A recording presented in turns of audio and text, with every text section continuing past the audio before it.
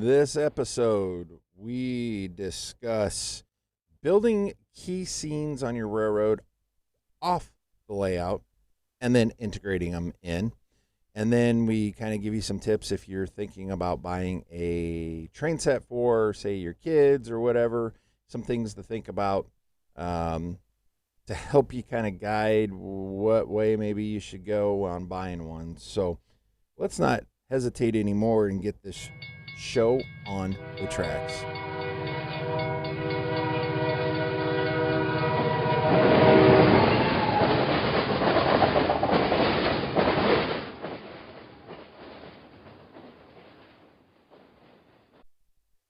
Welcome to episode 85.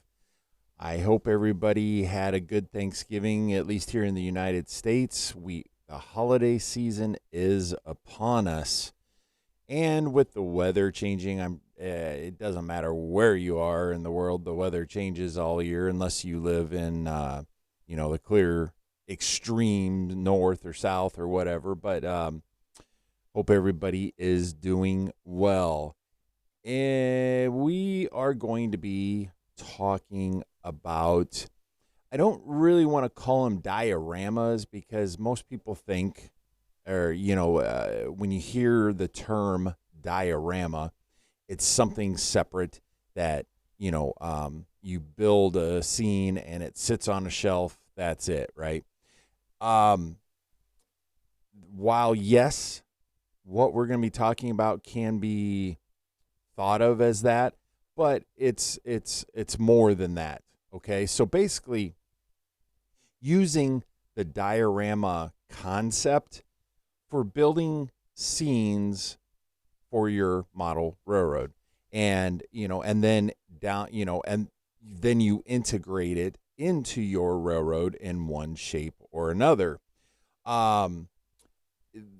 This came about because I recently, over the past week or so, I am taking a break from working on track on the Iowa Eastern, and that's, I need a break from it because I've done so much track work here recently to get my track laid and stuff, and then, running trains, I have a few spots that I have to go through and tweak the track and stuff like that. And, I'm one of those people where, yes, I want to work on something and get it done and be done and move on to the next thing on the list. But, however, it doesn't always work that way. And so I thought, I haven't touched my Casey's gas station in a while. And let's kind of work on that. I for the longest time so I guess let's back up here. So I had at one point decided I was going to make my Casey's removable, whatever you want to call it, from the layout. So that way, if I happen to go to a train show, I could take it with and not really show it off, but show people what can be done in the hobby, So I had decided I had some extra OSB plywood, 1/2-inch plywood, which is what I used for my, in a sense, sub-road bed. And I had a piece big enough that I was able to cut it to what I needed. But before that, I had to decide what size that I want to do of this Casey's general store. And so basically I had sat down, went on the internet, looked up Casey's, looked at the ones around and figured, okay, actually had found some blueprints of a few smaller Casey's stores, that I could actually pull the land blueprint, if you will, and to figure out, okay, the building's this size, so this, the parking, the concreted area, if you will, is this size by this size, so on and so forth. And through time, I figured out, okay, my model, I want to say it was like roughly 16 inches by 16 inches is basically what I ended up doing. I got styrene laid down on there, which I believe I'm using, if I remember correctly, 40 thousandths styrene. Got that put down and drew out my lines and everything. And, I was like, all right, I stopped there because I set it on the layout. I took the 40 thousandths, put it on the plywood, so on and so forth, and I set it on the layout with the building and the gas canopy. And I'm like, where does it go? Okay. So we're going to talk about that a little bit more. And because I actually got to the point over the past month or so, been kind of taking my time figuring out exactly where it's going to go. Okay, it's going to go here, but how do I want it set? How is the road going to attach? That kind of thing. And we'll talk about that here after a bit. But I just kind of wanted to give you an idea of where this was coming from. And so getting back on track. So if you are planning on doing a scene, whether it's just one scene or multiple scenes on your railroad that you feel you want to super detail. We've talked about this before. We'll just briefly go over it. Why would somebody want to super detail a scene when there's all sorts of people out there say, how much detail is too much detail? I know I've said it. For me, I know for a fact that the Casey's is because I'm going to super detail it to the best of my ability and availability of parts and stuff like that, and space that I have for it, because it's something that represents in some aspect the area of it. It sets, in a sense, sets the scene for the model railroad when you walk in. Casey's gas stations, you come to the Midwest, you're going to find them. And so that's where when I got the kit about 9-10 months ago, I seen it, I bought it. I'm like, I have to have one of those on my railroad. And then as time went on and I started actually building the structure, I decided, okay, this is going to be something I'm going to put the extra effort in. And I don't like using the term super detail because super detailing is different to everybody. I'm going to put the added detail into it because I want somebody to be able to walk into my railroad, look at it, and be like, hey, there's a Casey's. That one looks like the one in my town, or maybe the town over, or I've been to one that looks just like that, and for the feel good effect is what I'm looking for, so that's, one reason why to do it.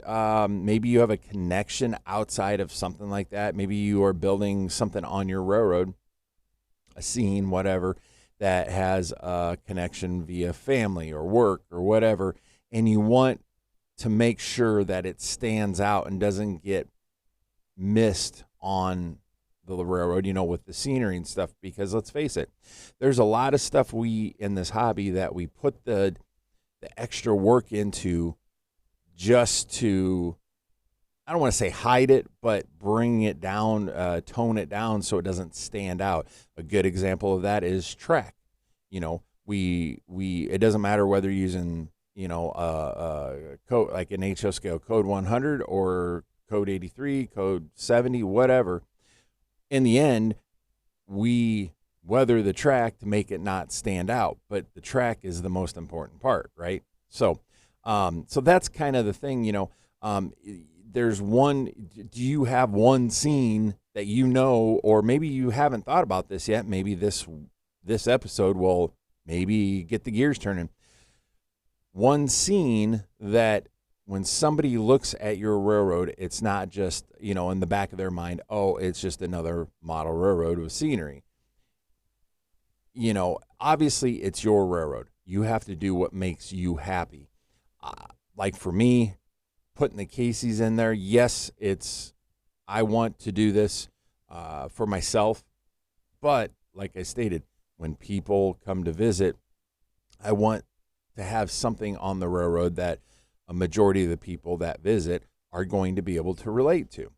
So going back to the dioramas and building your scene like a diorama. Okay, that's where uh, I talked about with the Casey's, where I went into using the plywood and then putting the styrene on top and stuff like that for the concrete base, if you will.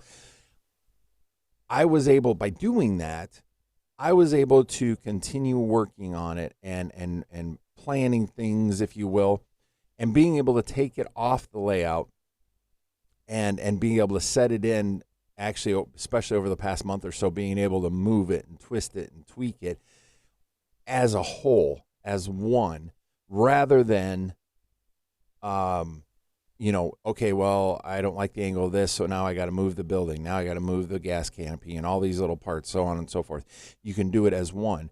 So I guess let's start about what are some of the advantages of building your scene. It doesn't matter. It could be something big like mine, 16-inch roughly by 16-inch, all the way down to maybe it's just a sideline detail that you're going to super detail because it means something to you, all the way down to like a 2-inch by 2-inch or 4-inch by 4-inch, whatever spot. Some of the advantages of doing it this way are it's easier to work on your workbench. Less chance of messing up the surrounding area where the scene will go. Potentially, more detail can be applied as well. And it can, in a sense, depending on how you attach it to the railroad, it can be removed to display elsewhere, whether that's at a train show or maybe down the road you don't really like where that's at, you can move it. The biggest thing is especially if you are doing something like this, you decide, let's say you've got scenery, you're one of those people that you put grass down or whatever, you get a base layer of scenery, okay? And let's say you started doing scenery with trees and bushes and whatever in one area. After a while, you decide, I would like this, I don't know, small gas station or this whatever structure, this scene to go in here because you're picturing it. Take the measurements of that area and, then you can make a scenery base, styrene, whatever, and do it off the layout. Then you don't have to worry about when you're figuring out those small details. Where is it going to go? How big of a building? That kind of thing. You don't have to worry about messing up any of the scenery in that area while you're going through this process. That's not to say you're not going to mess it up when you integrate this diorama, module, whatever you want to call it, into the scene.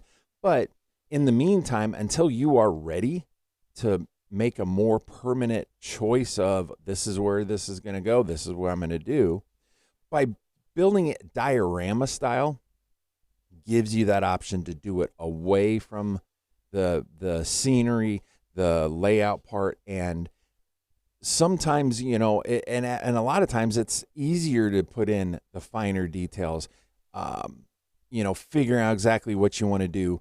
Maybe you're stuck on, this building is going in there, but I'm not sure, should I put, should I put these little details on this side or that side, whatever. Having that extra scenery, yes, you do need to have it figured out in the scene where it's going to be in the end, but maybe you're not able to visually, mentally, whatever you want to call it, picture what it is.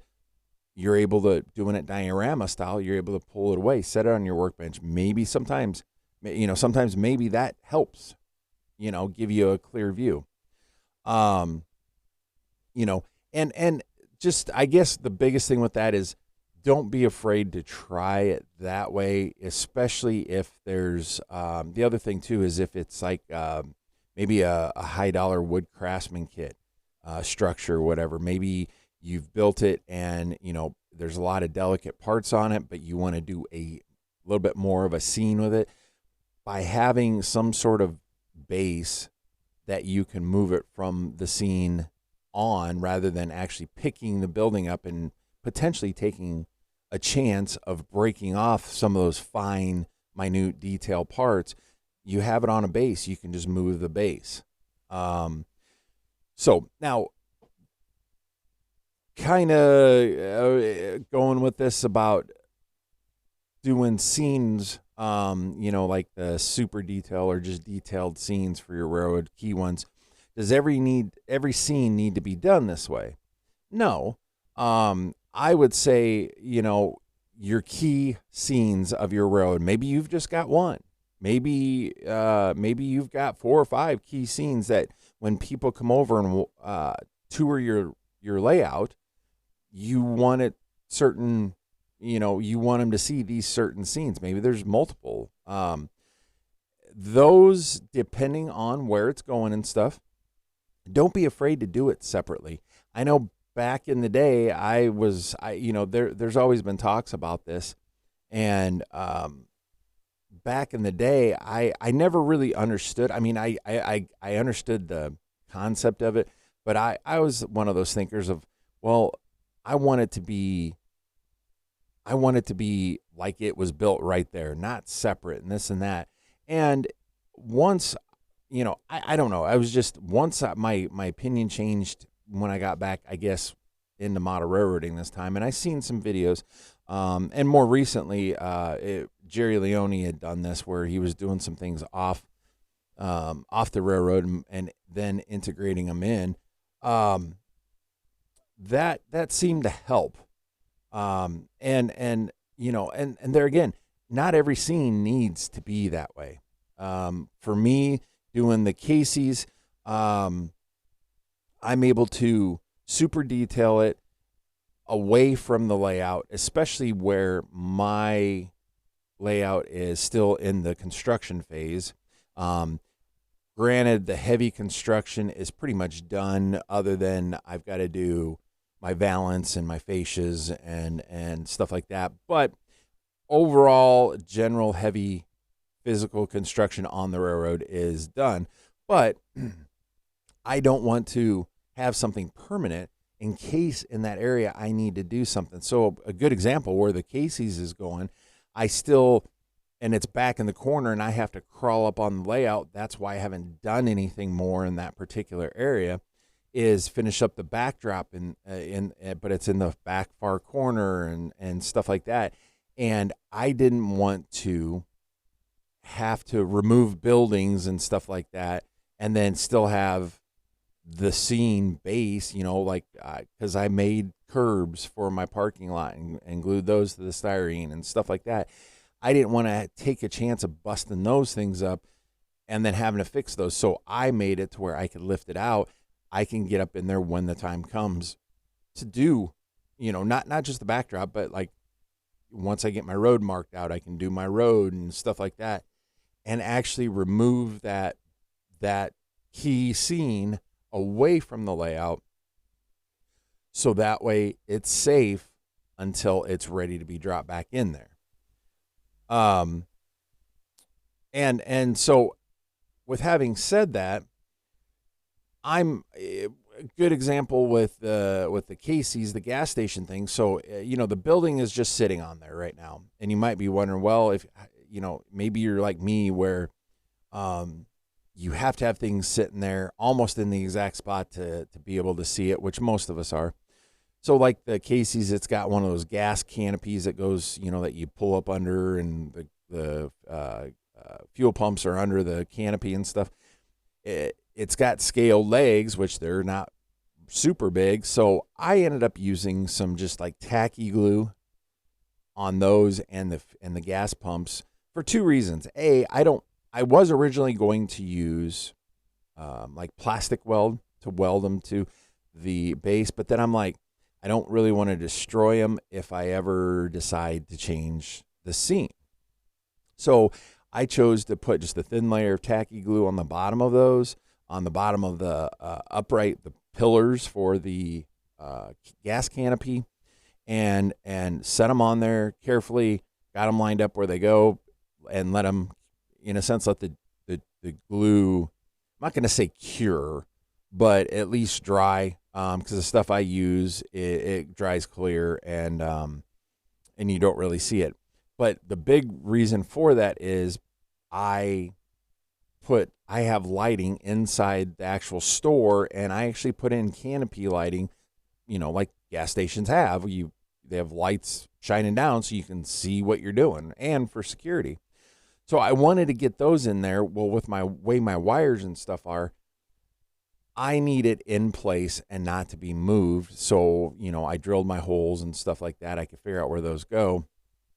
But I also, there's other detail parts I want to be able to do for around the gas pumps and in the interior. So I used the tacky glue just to hold things in place. So think about that as a tip for if you are super detailing, a scene. You don't always have to use a permanent glue to hold things in place. Um, yes, on the concrete portion, whatever that the parking lot. Yes, I have 40,000 styrene laid down on it, and then I cut out of, I want to say, pretty sure it was 40,000 styrene I used, that I actually cut strips to scale size and stuff, and made curbs, and those are plastic welded to the base just because I needed them to stay straight. But the other parts, the canopy, the gas pumps and stuff like that, don't be afraid to use like a tacky kind of glue that something that's not permanent. As long as you can't see it, you'll be fine, unless that's an effect you're going for. So, but I wanted to kind of go on, just basically what I've learned up to this point, give you some things that I don't want to necessarily say I've learned, but that I've thought about since I got back to this project over the last week or so. And that is, take your time. I know it's easy to, you get that new structure kit and or you get the idea, okay, I've got this building and whatever, and you want to jump in and do it. That's fine. You can start. There's always things you can do. But before you permanently get to the end, take your time. Think about things. Next thing I was, think about what you want to have in the scene. It's way too easy to just start plopping stuff down, and if you start gluing stuff in, and then, oh man, now I don't like that there, I got to pick it up, well, now you got a glob of glue or whatever, or you broke something because you glued it down. Don't try, if you're able to do it, don't permanently or semi-permanently, whatever, glue things down until you are set. And some things you may not want to permanently glue down. Prime example, like I said, I use tacky glue for the canopy and the gas pumps and the canopy over them. But the base for the building, I made a concrete base for the actual Casey's building, and that I'm not permanently gluing down. When I get to this point, I'll put a little bit of tacky glue on the bottom just so there's no chance of it moving around. But like the building, the walls and stuff, I'm not even doing that. It's just going to sit. I have guides inside that it'll sit and hold it in place. So, don't be afraid to do things, but I don't recommend gluing even semi-permanent or non-permanent glue, even using non-permanent glue, because you start getting stuff on there until you're at a point that you feel, okay, this is definitely what I'm going to do. What materials, parts, etc., are available?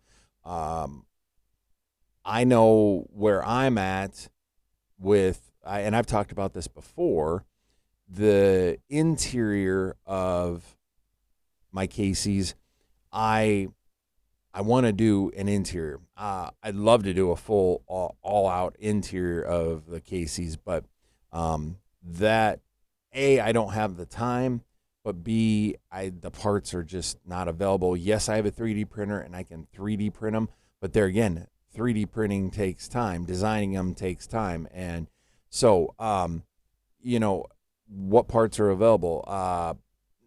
As another example, the canopy, I decided to put the lights in, like I stated.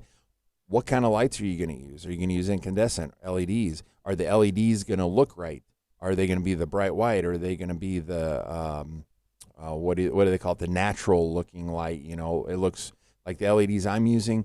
They look like a standard incandescent light, the color wise, but they're not. They're LEDs. And if the parts are available, is it going to work for what you're wanting to do? Maybe it will, maybe it won't. It just depends.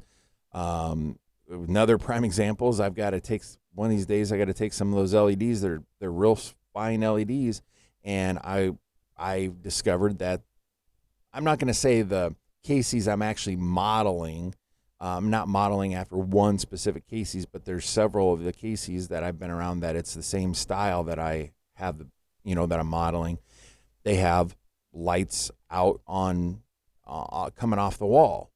Well, these little LEDs, I'm thinking about using those, and with either 3D resin or styrene, whatever, building up and making a light that it's coming out the wall that lights up the walkway in front of it. What's available? That's the biggest thing. Is it's easy to come up with these ideas. The interior, I found a whole bunch of interior, but they're not like what I want. So I am going to in turn, and I've said this, yes, I started working on interior parts for the Casey's, but that was a different style of Casey's. Now that I've actually been, I found some of the Casey's of the same style of building, I guess is what I'm getting at. All of them, they have a different layout inside. So that kind of layout, those parts are not available. So I'm going to have to either A, find a printout that looks right and stick it in there, or, which I really would rather, I don't mind doing that for the background in the building, but I would like some actual 3D parts, and people standing in there. So when the lights are on, you can actually see something in there. So there again, I'm still kind of looking for parts and whatnot to see what's available. And the biggest thing is going back to the take your time, is this Casey's, from the start of the building of it till where I'm at right now, I would say has taken me about 2 months. I had the building for, 7 months. I said that wrong. I was thinking ahead. It's taken me 7 months to get to this point.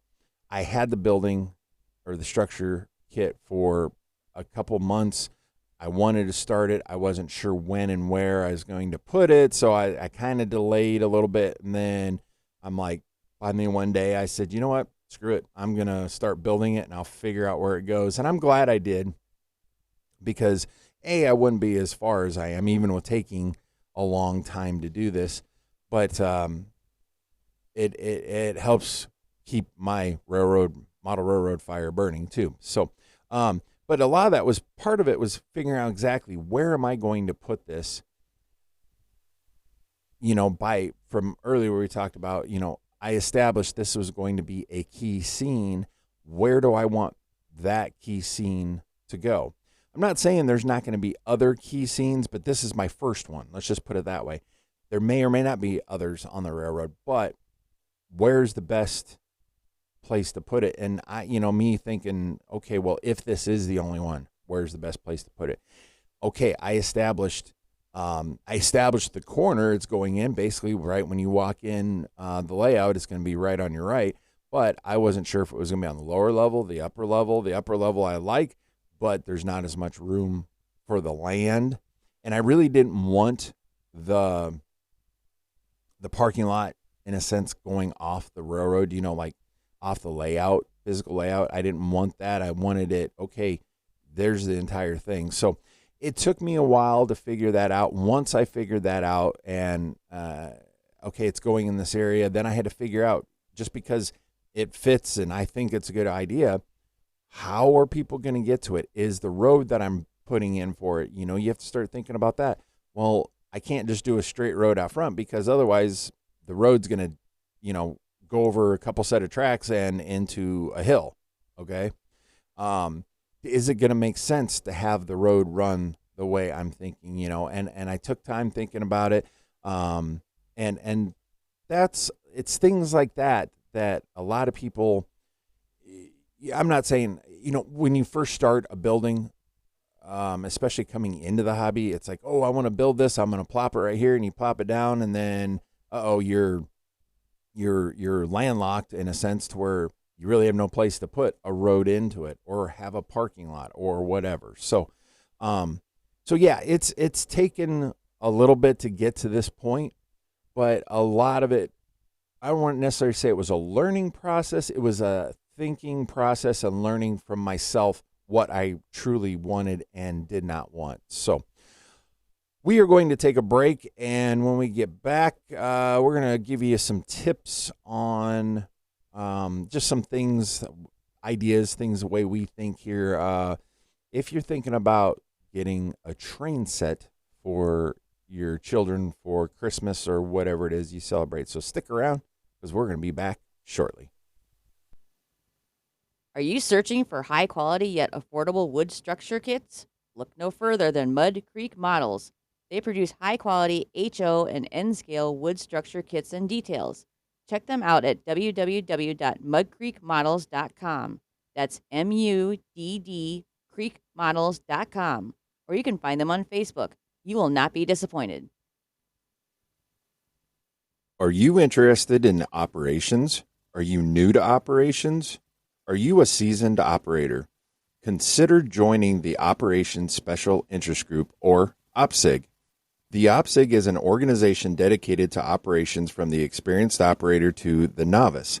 Their principal purpose is to discuss, develop, and disseminate ways of operating model railroads to realistically emulate practices of the prototype. This includes sharing information on various methods of generating, moving, and controlling traffic to heighten the feeling that our models are an active and integral part of the national rail transportation network, serving shippers and consignees throughout the nation. Their membership is a tremendous resource to exchange information and ideas, and to develop improved ways for hobbyists to learn the art and science of operating a railroad in a particular model railroad. Their quarterly publication, The Dispatcher's Office, is another great resource. It's loaded with articles about operations, including paperwork, planning, execution, and hosting of sessions. Annual membership is only $10 per year. Membership includes 4 issues of the Dispatcher's Office e-version, access to their Dispatcher's Office archives, an industry database to help add realism to your operations, and a directory of operating layouts across the country. If you like to operate or are just becoming aware of this exciting and growing part of the hobby, this is the place. All are welcome. You can find them at www.opsig.org. That's www.opsig. We are back from break. And like we said at the end of the first half, we are going to give, I guess these are some personal things, I guess, how I think about things. And from what I see in a lot of the Facebook groups and I should say social media groups and just listen to people talk. But, with Christmas being a week and a half away, you've probably already got all your gifts and stuff. But if you are still thinking about getting a train set, whatever, for maybe children or yourself, just some things to think about. Too many times people, oh yeah, I'm going to get the kids a train set for Christmas and we're going to build this layout and so on and so forth. And, let's start with buying trains for children. depending on their age, you have to realize, I know my kids were this way where, you get them something and, you know, after the newness wore off, it kind of went in the corner of their bedroom, and once in a great while to get played with, that kind of thing. Um, and this can be that kind of thing if you're not able to devote the time. If your goal is to get into model railroading and get into it with your children or grandchildren or whatever, um, start small. And when I say this, I use this term very loosely because model railroading isn't really cheap anymore. But um, it's don't spend a lot of money on that first set. Some will argue that, well, that kind of ruins because the inexpensive train sets, their track is subpar, their cars and locomotives are subpar and stuff like that. And while yes, that is for the most part true, however, if this is something that it's okay to go that route if it ends up being something that, okay, you pull out of the box a couple times a year, or maybe just around Christmas time, and otherwise it's boxed up the rest of the time.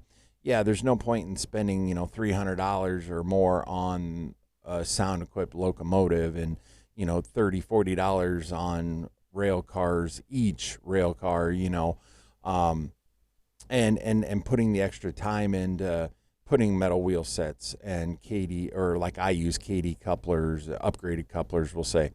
But if and some things to think about, I guess, is if you're buying one for children or even yourself, first of all, make sure you're going to have the time to devote to the hobby. While the hobby does not it doesn't have to take up a ton of time. The thing is I've seen it and heard people talk, well, yeah, I started a train table, and I'm getting rid of it because I just don't have the time, or and I often ask the people, I'm like, well, is it that you don't have the time, or is it that you didn't allot time, and more and more time came was in between each time you worked on it, to where you lost interest, or you forgot where you were, or forgot maybe that new tip or trick or whatever that you were going to do, and now you're just like, you get frustrated, you're done.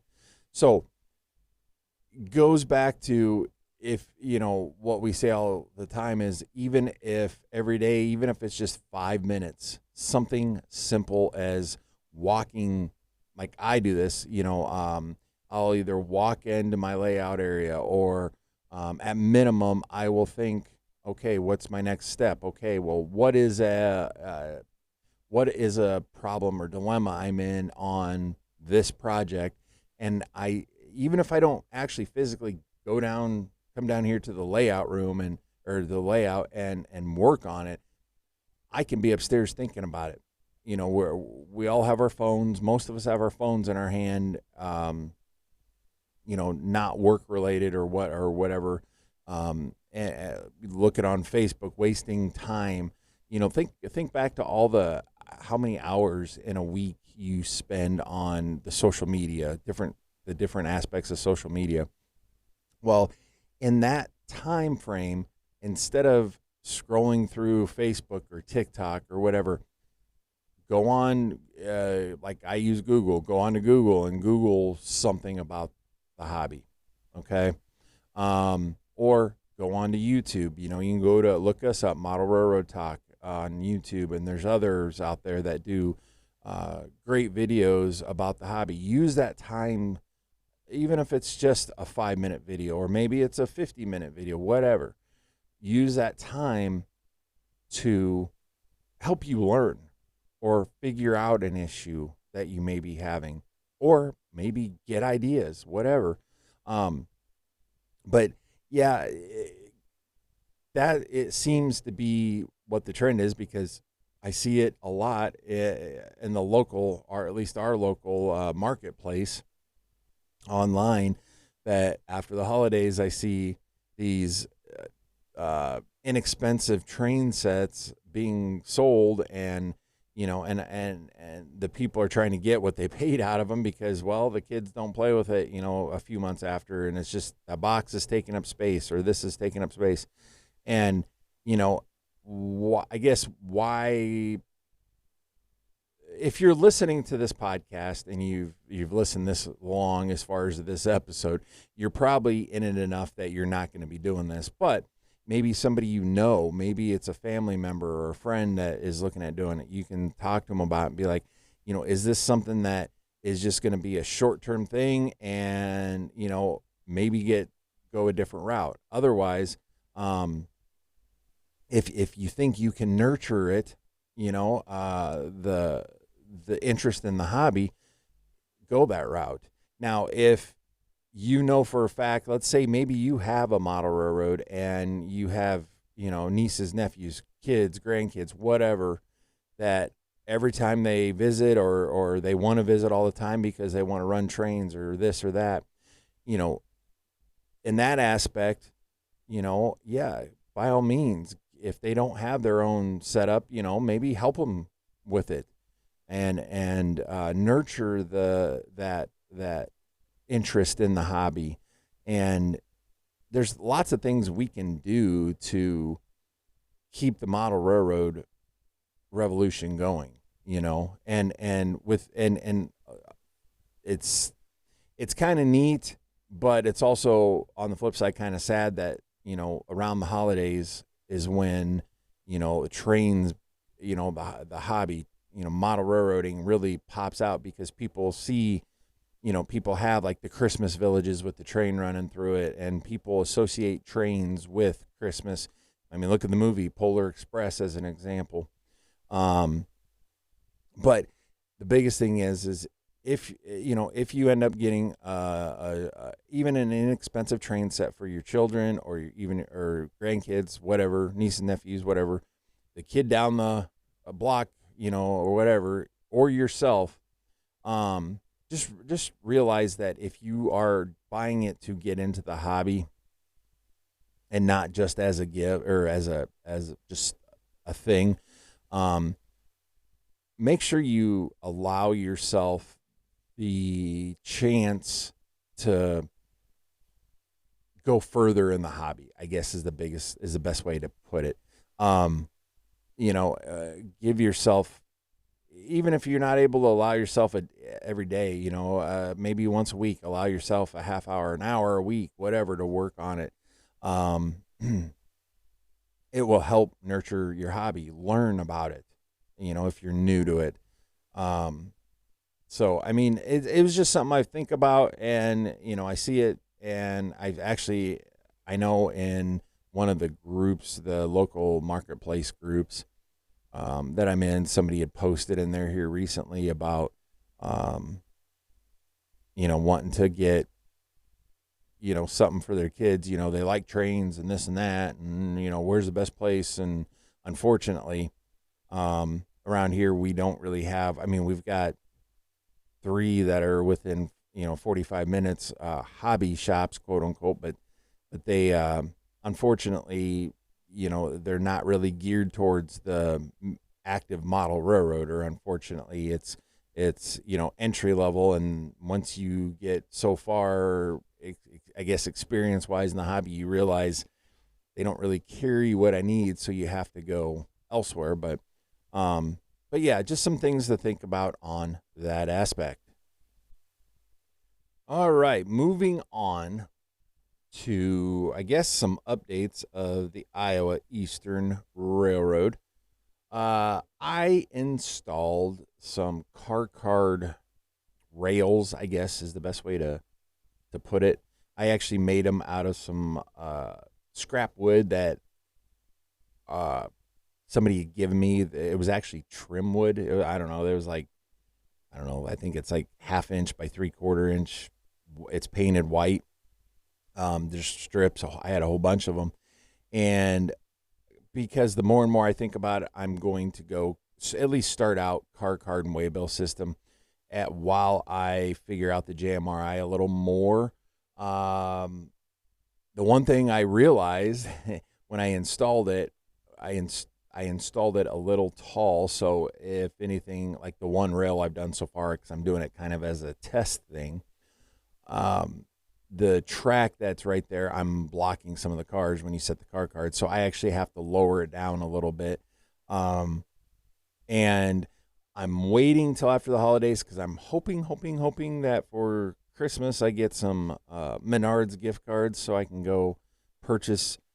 I don't really need much lumber, maybe 10 2x4 or 2x3s, and I don't know, I'll probably get like 10 1x2s and 4 or 5 sheets of 1/8 inch masonite to be able to finish the fascia of the railroad and the valance and stuff like that. I really want to get at least the fascia done and get the valance framed and the actual valance pieces cut. And yeah, I'll install them, but then I'll have to drop them down when I start, if I need to start doing major scenery in certain areas. But I just want to get it to that point of finished look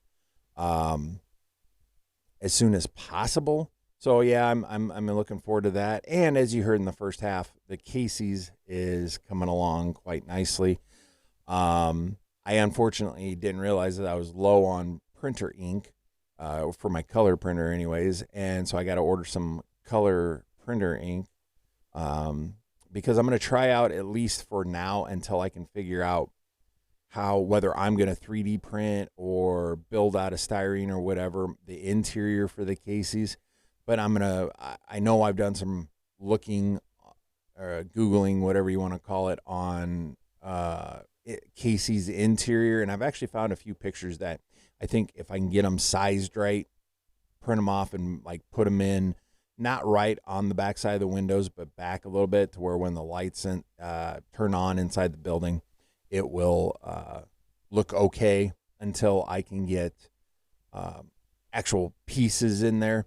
So I am excited that I do have the wiring hooked up, so it is really cool. I'm actually going, by the time you hear this, I should already have a video out showing on our YouTube channel, that is showing that with both the lights off and on, and how it makes a world of difference. Just, another way of showing you, hey,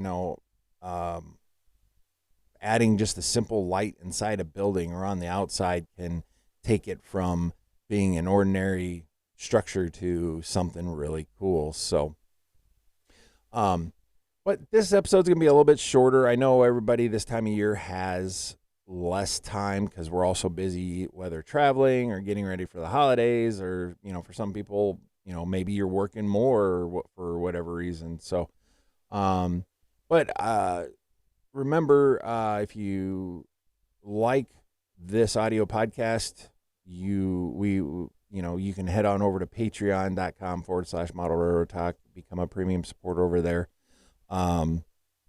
You can, we actually added another way if you are interested in supporting us. We actually started, it's called Buy Me a Coffee page. And I'll put a link in the description for it, but you can go there and make whatever donation you want if that's something you feel you would like to do. We are getting to the point where we're gonna have to start updating some stuff, and then the program I use to record this on, while it's one of the cheaper ones out there, it's still not cheap at all. But anyways, also, if you, like we said before, videos, head on over to YouTube and look us up there under Model Railroad Talk. If you like our videos over there, like and subscribe. We'd really appreciate it. Our numbers are getting up there where we want to be. And I know the last couple of videos we've done have done really well. We've kind of changed our intro a little bit on there to make it a little more professional, I guess. And but if you have any questions or anything like that or suggestions, by all means, email us at modelrailroadtalk@gmail.com. And I'd also like, I guess, if you're, you know, if you hear the advertisements on our break for like Mud Creek Models and the Operation Special Interest Group and that kind of thing, I just request that you check them out at least. They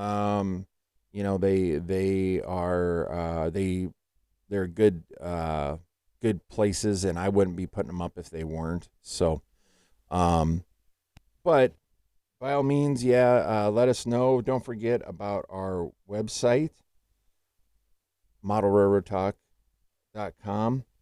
Um, Over there, you can share. We've got forum and stuff like that. You can share any pictures or anything like that. Same with our Facebook page. We have Model Railroad Talk Facebook page. Head over there, like our page.